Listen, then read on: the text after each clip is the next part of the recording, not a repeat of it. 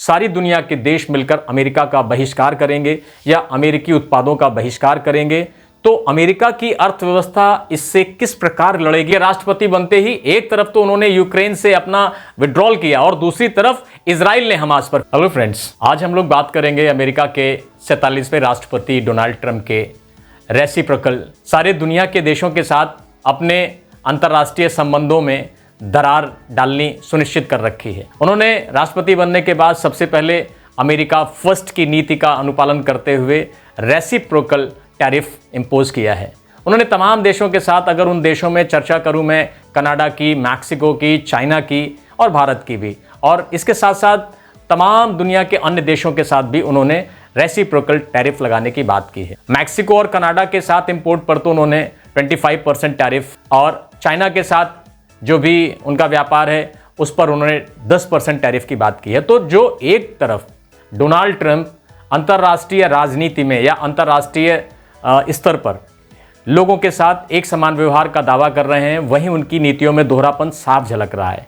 क्योंकि एक तरफ वो जब अमेरिका का रेसिप्रोकल टैरिफ का मामला आता है मैक्सिको और कनाडा के साथ, तो उन देशों के साथ उसने 25% टैरिफ इंपोज किया है, और वहीं चाइना की बात आती है तो वो 10% किया है। तो इससे अमेरिका की दोहरी सोच बिल्कुल साफ होती है। अब दूसरी तरफ एक और महत्वपूर्ण मामला है जिसके लिए हमें थोड़ा सा चर्चा करनी चाहिए, और वो मामला ये है कि एक तरफ डोनाल्ड ट्रंप अमेरिका फर्स्ट की बात करते हैं और दूसरी तरफ वो फर्स्ट अमेरिकन को भूल जाते हैं। तो ये फर्स्ट अमेरिकन कौन है जिनकी बात हमको करनी चाहिए? तो फर्स्ट अमेरिकन, हम सारी दुनिया के देश के लोगों को ये पता होना चाहिए कि अमेरिका के स्थानीय लोगों के साथ या अमेरिका के मूल निवासियों के साथ अमेरिका में कैसा व्यवहार हो रहा है और अमेरिकी सरकार उनके साथ क्या व्यवहार कर रही है।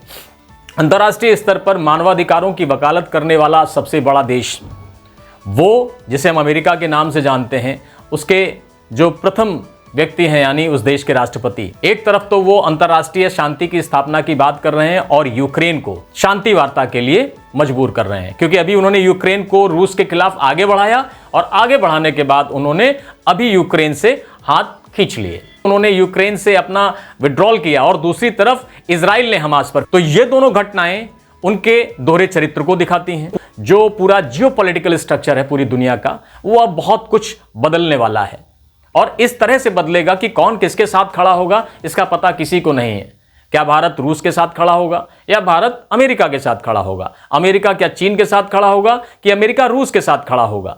इन तमाम मामलों में अभी समय आने के बाद ही पता चल पाएगा कि भविष्य की गर्त में क्या छुपा है। लेकिन मैं बात कर रहा था अभी फर्स्ट अमेरिकन की, क्योंकि यहां यह जानना बहुत जरूरी है कि जो देश दुनिया के तमाम मामलों की मध्यस्थता करता है, राष्ट्रीय एजेंसियों के मुख्यालय जिसकी गोद में है, वो देश अपने स्थानीय नागरिकों के प्रति क्या व्यवहार और क्या नजरिया रखता है। दोस्तों, फर्स्ट अमेरिकन किसको कहते हैं ये आपके लिए जानना बहुत जरूरी है। अमेरिका में जो लोग मूल निवासी हैं वो कौन लोग हैं जिनको हम फर्स्ट अमेरिकन कहते हैं? क्योंकि वहां के मूल निवासियों को हम लोग रेड इंडियंस के नाम से जानते हैं। ये रेड इंडियंस कौन हैं? ये कहां से आए हैं? क्या यहीं मूल में विकसित हुए या कहीं बाहर से आकर यहां पर या विस्थापित होकर या माइग्रेट होकर आए? तो इसकी पड़ताल थोड़ा सा हम इतिहास से करते हैं। जब हम देखते हैं इतिहास में तो हमें एक नाम पता चलता है, क्रिस्टोफर कोलंबस।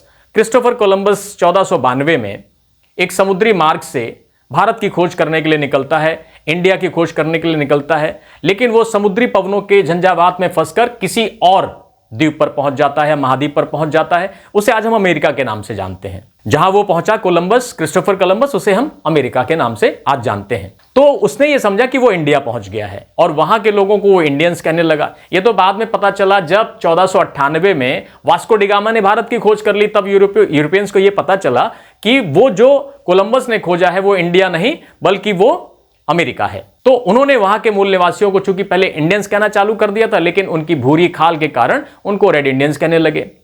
तो ये जो रेड इंडियंस है या वहां के मूल निवासी हैं, वो बहुत पहले रूस से जाकर बसे हुए थे।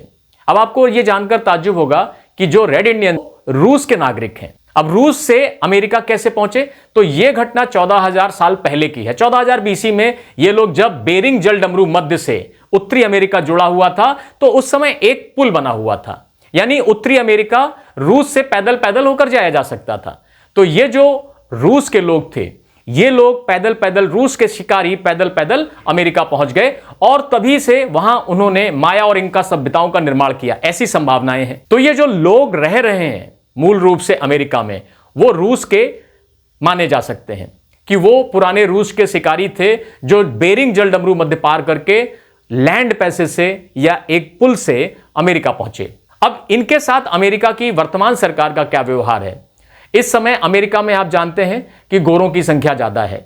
1492 में जब इन लोगों ने, यानी यूरोपीय ताकतों ने, यूरोपीय औपनिवेशिक साम्राज्य निर्माताओं ने दुनिया के सभी साम्राज्य फैलाया, तो उसी क्रम में वो अफ्रीका आए, भारत आए, चाइना गए और साथ ही साथ अमेरिका गए।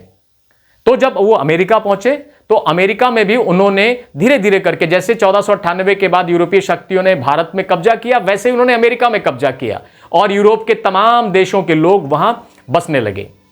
तो आज जो अमेरिका की मूल आबादी है, उस मूल आबादी के अलावा अधिकांश आबादी का हिस्सा तमाम दूसरे देशों से आए लोगों से गठित होता है। तो वो जो तमाम जनसंख्या है अमेरिका की, वो दूसरे देश के निवासी और खास तौर से यूरोपियंस हैं।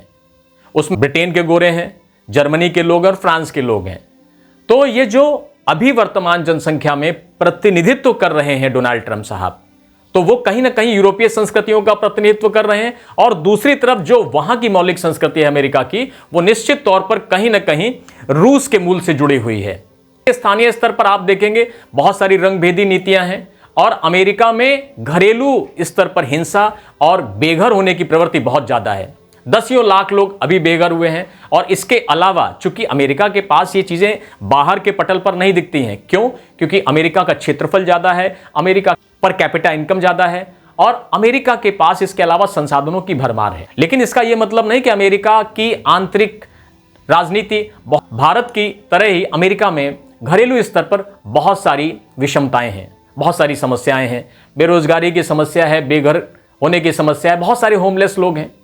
तो हमें यह समझना पड़ेगा कि जिस अमेरिका का प्रेसिडेंट यानी राष्ट्रपति अमेरिका फर्स्ट की नीति का दावा करता है, वही राष्ट्रपति अपने देश की सरकार चलाते हुए फर्स्ट अमेरिकन्स को लेकर बिल्कुल भी चिंतित नहीं है या उनको उचित अधिकार देने के बिल्कुल फेवर में नहीं है। तो इस दुनिया के सबसे बड़े राष्ट्र के प्रथम नागरिक की कहीं ना कहीं नैतिक जिम्मेदारियों का फेल्योर है। जो व्यक्ति दूसरे देशों को क्लेम कर रहा है, जो व्यक्ति दूसरे देशों पर यह आरोप लगा रहा है कि उस देश ने मेरे ऊपर ज्यादा टैरिफ लगाया, उस देश ने सालों से हमको लूटा, उस देश ने हमको लूटा, हमें कनाडा ने लूटा, हमें चाइना ने लूटा, हमें भारत का तो उन्होंने इस तरह से हवाला दिया है कि भारत अमेरिका से इंपोर्ट होने वाली कारों पर बहुत महंगा टैरिफ लगाता है। लगभग उनकी भारतीय मार्केट में बिकी नहीं सकती हैं क्योंकि 70% तक भारत की, इसलिए उन्होंने भारत के खिलाफ भी टैरिफ लगाने की बात की है। तो जो डोनाल्ड ट्रंप का रेसिप्रोकल टैरिफ अंतरराष्ट्रीय राजनीति में किस तरह के परिवर्तन करेगा, किस तरह से देशों को प्रभावित करेगा और किन किन देशों की अर्थव्यवस्थाओं को यह नुकसान पहुंचाएगा और किन देशों की अर्थव्यवस्थाओं को फायदा पहुंचाएगा, यह भविष्य में देखने वाली बात है।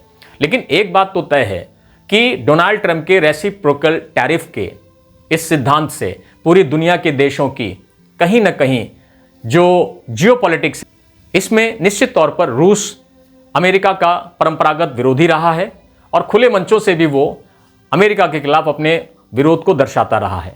लेकिन अब समस्या भारत के साथ है। भारत चाइना के साथ जाएगा, भारत रूस के साथ जाएगा कि भारत अमेरिका। अगर भारत रूस के साथ संबंध अच्छे करता है तो अमेरिका के साथ उसके रिश्ते खटाई में पड़ सकते हैं, और अगर रूस लगातार चीन और अफगानिस्तान का फेवर करता है तो इससे भारत के रूस के साथ संबंध, तो इस तरह से पूरी दुनिया में एक नए तरीके से अंतरराष्ट्रीय राजनीति जन्म ले रही है जिसमें भविष्य बहुत ही अनिश्चित है और बहुत ही अस्थिर है। आने वाला समय दुनिया के सभी देशों के लिए काफी जोखिम भरा होगा, क्योंकि जिस तरह से अंतरराष्ट्रीय राजनीति की शक्ल बदल रही है और जिस तरह से अंतरराष्ट्रीय राजनीति में शत्रु और मित्र बदल रहे हैं, निश्चित तौर पर आने वाले दौर में हमें एक नए तरीके की सांसारिक संरचना के दर्शन हो सकते हैं और उसमें हमें जो आज मित्र हैं कल शत्रु के खाते में दिख सकते हैं और जो आज शत्रु हैं कल मित्र के खाते में शामिल दिख सकते हैं। तो इस तरह से वर्तमान जो राजनीति है उसको समझने के लिए हमें कहीं ना कहीं जो पुरानी मोबिलिटी है, जो पुराने माइग्रेशंस हैं, उनको भी ध्यान रखें। क्योंकि जब हम देखते हैं कि अमेरिका की जनसंख्या में कौन से लोग शामिल हैं तो हमें यह देखने को मिलता है कि 14-15 हज़ार साल पहले जो रशियन शिकारी थे उन्होंने ही अमेरिका की मूल आबादी का निर्माण किया है, जिन्हें ये रेड इंडियंस और वहां के जो वर्तमान शासक हैं उनके बीच में कैसे समन्वय स्थापित हो पाएगा, ये भी डोनाल्ड ट्रंप के ऊपर निर्भर करता है। अब डोनाल्ड ट्रंप को दो स्तर पर लड़ाई लड़नी है। एक तो उन्होंने अपने रेसिप्रोकल टैरिफ से सारी दुनिया को नाराज किया है, और दूसरी तरफ उनकी लड़ाई अपने ही देश में वहां की मौलिक संस्कृतियों से है, जिन्हें रेड इंडियंस कहा जाता है। लगातार वो अपने अधिकारों की मांग करते हैं और वाजिबता अभी आने वाले समय में हाल फिलहाल सारी दुनिया के देश मिलकर अमेरिका का बहिष्कार करेंगे या अमेरिकी उत्पादों का बहिष्कार करेंगे, तो अमेरिका की अर्थव्यवस्था इससे किस प्रकार लड़ेगी, अमेरिका की अर्थव्यवस्था इससे किस प्रकार, ये बात भी देखने वाली है। और आने वाले भविष्य में मिडिल ईस्ट में, अफ्रीका में, लाटाविलिये कंट्रीज में, भारत में और तमाम दूसरे महाद्वीपों में चल रहे सशस्त्र आंदोलनों से भी इस पूरे विश्व की भू राजनीति में परिवर्तन आएगा।